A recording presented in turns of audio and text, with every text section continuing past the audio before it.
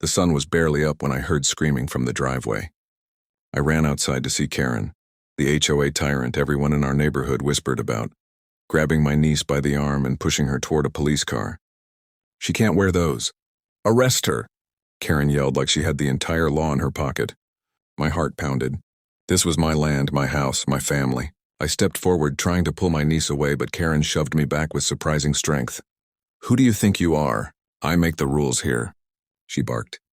Her HOA badge was fake, the kind you see online for costume parties.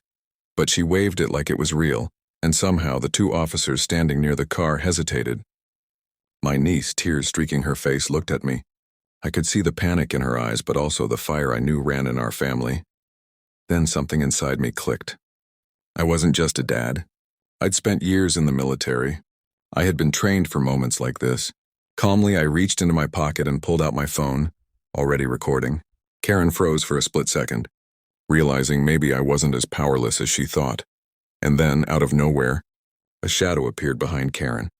I turned just in time to see the mayor himself, leaning on his car, watching everything unfold with a raised eyebrow. His presence didn't scare Karen. If anything, it seemed to make her bolder. But I knew one thing. This was about to backfire spectacularly, and I was ready to make sure everyone saw it.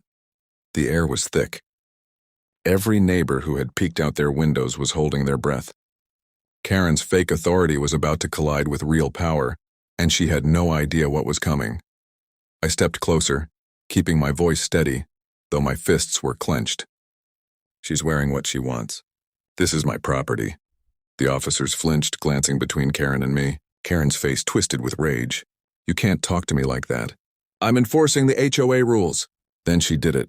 She pulled a crumpled paper from her purse and slammed it against my chest. "Eviction notice. You're breaking the rules." My blood ran cold for a second, but I noticed something. The date on the paper was wrong, the signature fake. My military training kicked in. I could spot a fraud a mile away. "Nice try," I said, keeping my calm. "You're trespassing on private property, Karen." My niece tugged at my sleeve. "Uncle, what if she calls real cops?" I smiled at her, hiding the adrenaline. "She already has, and that's her first mistake." Suddenly, the mayor stepped forward, clearing his throat. Karen's eyes flicked to him, trying to play her usual intimidation game. "This doesn't concern you," she spat, but he didn't move back. Instead, he whispered something to one of the officers, who immediately straightened and looked at Karen with suspicion. Karen's confident smirk faltered for the first time. That's when the first twist hit. Her fake badge glinted in the morning sun, revealing the cheap plastic underneath. A neighbor shouted from across the street, "That's not a real cop." And the word spread like wildfire. Karen's face went pale, but she wasn't done. I can still," she stammered, trying to regain control. I tightened my grip on my niece's hand and whispered, "Smile for the camera." She froze. The phone in my hand was recording everything. The screams, the shoves, the lies. By the time she realized it, the whole street was watching. Her power wasn't just gone. It was crumbling publicly, with evidence for everyone to see.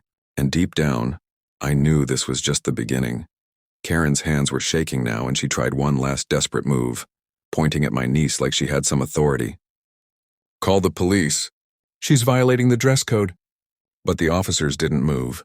One of them, younger, whispered to the other, "This isn't legal, right?" Karen's fake confidence shattered in an instant. That's when I revealed what I had been saving for this moment. I stepped forward and held up my deed to the house, my name bold and official. "This is my property. You're trespassing." Karen's jaw dropped. You can't prove—" I cut her off, waving my phone. "Oh, I can. And I already am." I hit play, showing her previous threats caught on camera. Shoving neighbors, yelling at kids, slamming doors.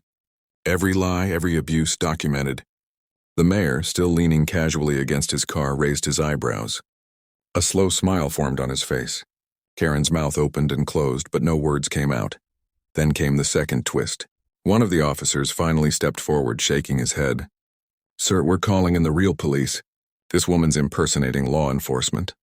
Karen's face went white. She tried to run, but the mayor's security had already blocked the sidewalk. The neighborhood was quiet now, everyone staring, some recording on their phones.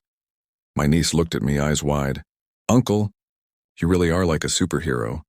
I chuckled, ruffling her hair, but my mind was already racing. Karen wouldn't give up easily. I had to make sure the fallout was complete, that every lie she had lived on was exposed. From across the street, a neighbor whispered, "Did you see the mayor watching? He's not missing a thing." That made me smirk. Karma was about to hit hard, and this time it would be unforgettable. Karen's face had turned an angry shade of red, and she stomped her heels, trying to act like she still had control. This is harassment. You can't treat me like this," she screamed, her voice cracking. But no one moved. The street had gone completely silent, every neighbor glued to the scene. Even the mayor had stepped closer, folding his arms, his gaze sharp and unyielding. Desperate, she lunged toward my niece again, trying to snatch her phone, the one still recording her every move. I intercepted her just in time, grabbing her wrist and twisting gently but firmly. She yelped, stumbling backward, and the real police, who had just arrived, stepped in and handcuffed her. "You're under arrest for impersonating law enforcement, trespassing and harassment," one officer said calmly. Karen's eyes darted to me, wild and furious.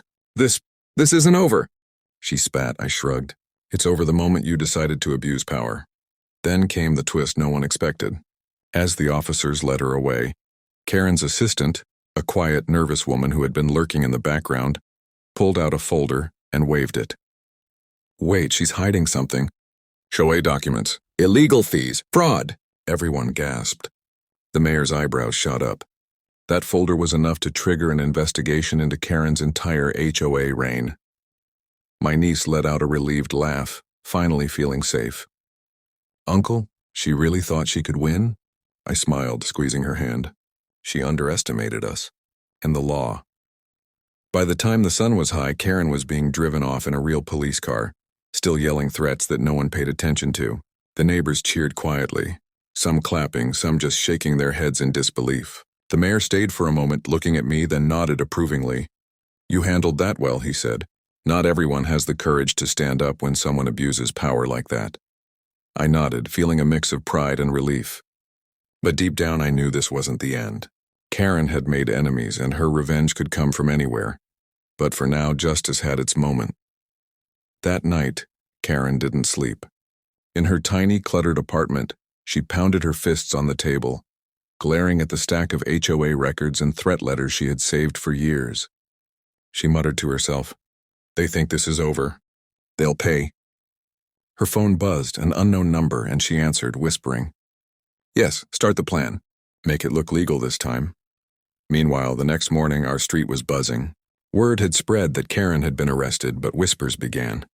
Someone had tampered with the HOA records, filing false complaints against residents. My niece, still shaken, peeked out the window. "Uncle, she's not done, is she?"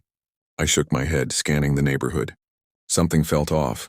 Packages left at doors, strange cars parked nearby, and one SUV parked suspiciously close to ours. That's when the third twist hit. I noticed a contractor delivering a big maintenance notice to our house, a document supposedly signed by the HOA. But it had Karen's signature style, the same handwriting I'd seen in the folder her assistant revealed. She was trying to make it look like I was breaking rules I didn't even know existed. I grabbed my phone again, recording every interaction. My military instincts told me this wasn't just harassment anymore, it was escalation. I stepped outside, blocking the contractor politely but firmly. "I'm sorry, but this is private property. Any documents need verification before you leave anything here." He hesitated, looking nervous, and that's when the mayor's car pulled up. He had clearly been following the situation, watching closely. Karen had overplayed her hand. Every move she made now was visible to authorities, neighbors, and even the mayor himself. But she was clever and desperate. Her next steps would be unpredictable, and I knew I had to stay one step ahead, protecting my family while waiting for her final, foolish attempt. By mid-afternoon, Karen had made her boldest move yet. She rented a drone, cheap, clunky, but capable, and sent it hovering over our property, filming every corner as if she were gathering evidence against us. My niece spotted it first. "Uncle, look! She's spying on us!" I grabbed my phone and started recording again, this time capturing the drone in the act. Its camera aimed right at our windows. Just as she thought she was clever, the mayor stepped out from behind a neighbor's hedge, shaking his head. "Really, Karen? You're still doing this?" Her jaw dropped when she saw him, realizing she had no allies left. He called over his security, who carefully grounded the drone without damaging it. The crowd of neighbors who had gathered erupted into quiet murmurs and impressed whispers. That's when the final twist hit. As the drone crashed to the ground, the footage automatically uploaded to Karen's cloud account. Somehow it synced to a device I had already been monitoring. It revealed her plans, her fake notices, and her escalating harassment. Everything she had tried to hide was now public. The police got a copy, the HOA board got a copy, and a local news crew, tipped off by a vigilant neighbor, was already rolling cameras. Karen's face turned ghostly pale as she realized her schemes had backfired completely. She tried to yell, "This isn't fair," but no one listened. Every word she had shouted over the past week, every shove, every fake threat was now documented, time-stamped, and undeniable. I held my niece close, whispering, "It's over. She lost." The mayor gave a small nod of approval, his eyes warm but firm. The neighbors cheered quietly, some clapping, others taking photos for the local news. Karen's empire of lies was collapsing, and the woman who had terrorized our street was now humiliated, exposed, and powerless. By evening, the street felt calm for the first time in weeks. Karen had been escorted away by real police, facing charges for impersonation, harassment, and multiple HOA fraud violations. Neighbors waved and smiled as my niece and I stepped onto the porch, breathing in the fresh sense of relief. The mayor stayed for a moment, shaking my hand. "You didn't just protect your property. You reminded everyone what justice looks like." The neighborhood had changed. Signs of Karen's fake rules were gone, her notices shredded, and her threats rendered meaningless. Children played freely again, neighbors chatted without fear, and the sense of community returned stronger than ever. My niece hugged me tight. "Uncle, we did it. We really won." I smiled, feeling pride and gratitude. Then came the final emotional twist. One of the officers who had helped arrest Karen handed me a folder. Inside were copies of all the evidence, the drone footage, her fake notices, recordings, everything. "Keep this," he said, "so no one can ever claim she had power here again." I realized then that victory wasn't just personal, it was permanent. A public record that would protect every family in our neighborhood. That night, I sat on the porch looking at my niece asleep in the living room. I whispered softly, "I didn't fight for this country to have bullies tell me what I can or can't do on my own land." The lights of the neighborhood glimmered around us, peaceful and free. Justice had been served, the corrupt exposed, and our family safe. And somewhere in the back of my mind, I knew one truth. When power is abused, it will always meet resistance. Today we had shown that courage, patience, and a little planning could take down even the most arrogant Karen and protect the ones we love.